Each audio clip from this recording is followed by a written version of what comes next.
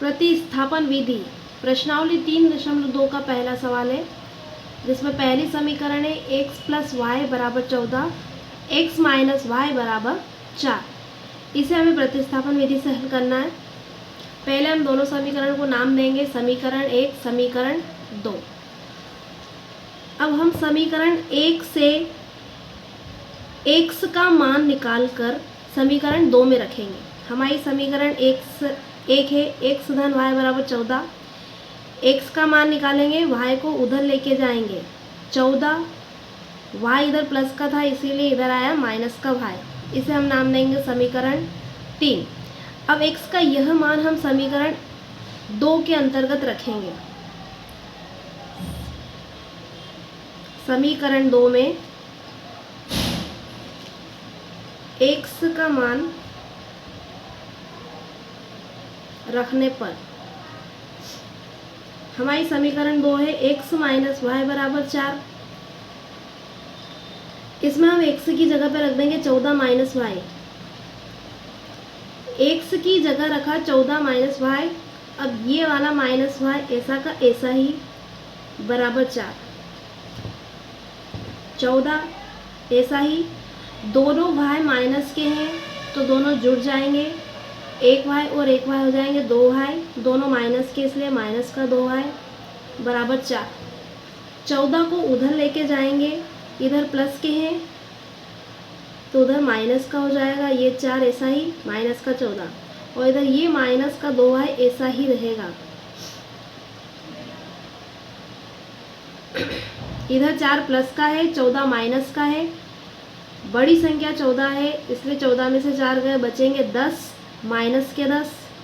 इधर माइनस और इधर माइनस दोनों कट जाएंगे, ये वाला 2 इधर आएगा तो 10 के बटे में जाएगा, 10 में 2 का भाग देंगे तो 5। हमारे पास y का मान आ चुका है। इस y के मान को हम अब समीकरण 3 में रख देंगे।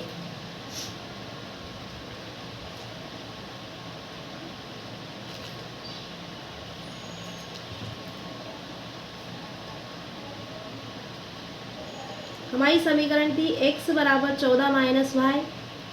y का मान आया है हमारा 5, वो यहाँ रख देंगे। 14 में से 5 जाएंगे 9। अतः हमारे आंसर आए x बराबर 9, y बराबर 5।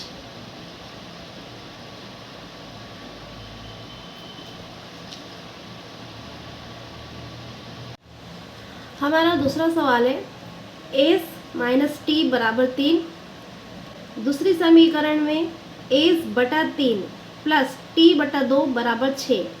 अब चूंकि हमारी समीकरण 1 तो सिंपल है इसीलिए हम इसे नाम दे देंगे समीकरण 1।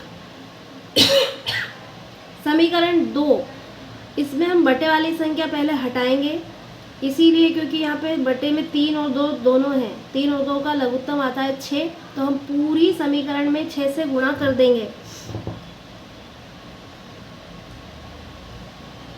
इसमें भी 6 का गुणा, इसमें भी 6 का गुणा और इधर भी 6 का गुणा।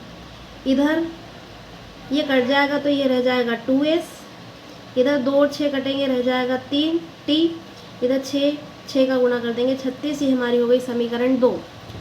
अब हम समीकरण 1 से x का मान निकालकर समीकरण 2 में रख देंगे।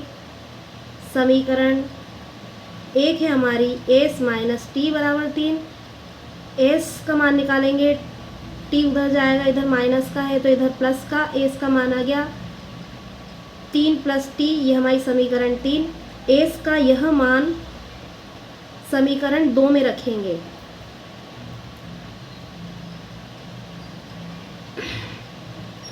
समीकरण 2 है हमारी 2s प्लस 3t बराबर 6।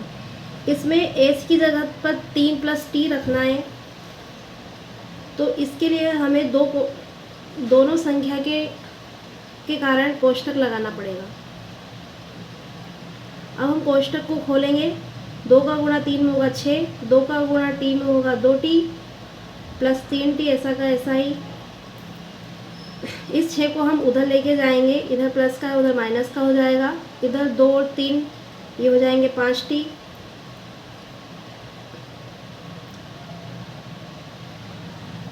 5 उधर जाएगा तो t का मान हमारा आ जाएगा 6।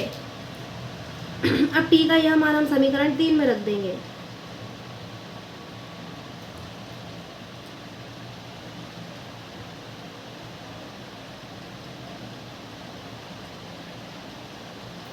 t का मान हम समीकरण 3 में रखेंगे। एस हमारी समीकरण थी एस बराबर 3 प्लस टी, तो 3 और 6 एस बराबर होगा 9। अतः हमारे आंसर है t बराबर 6, एस बराबर 9। हमारा अगला सवाल है 3x माइनस वाई बराबर 3, 9x माइनस 3y बराबर 9। इसे हमने समीकरण 1 नाम दे दी, इसे हमने समीकरण 2 नाम दे दी।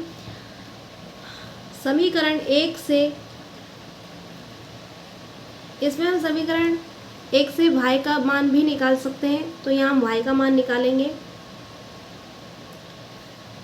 y का मान निकालेंगे 3x, y उधर जाएगा, 3 इधर आएगा, तो हमारा जो y का मान है वो हो गया 3x माइनस 3। इस y के मान को हम समीकरण 2 में रख देंगे।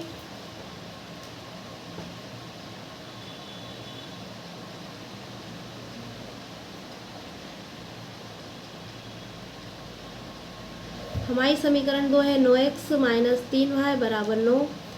9x ऐसा ही 3, y का मान रख देंगे हम 3x माइनस 3।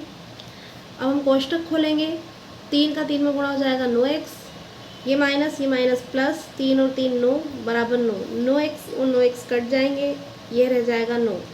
यहाँ पर हमारा x से y कुछ भी नहीं बचा है, जबकि यहाँ पे हम y का मान रखा तो यहाँ x आना चाहिए था, तो हम लिखेंगे जो कि x से रहित है, अतः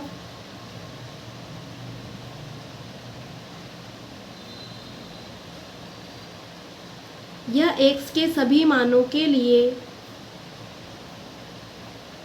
सत्य है।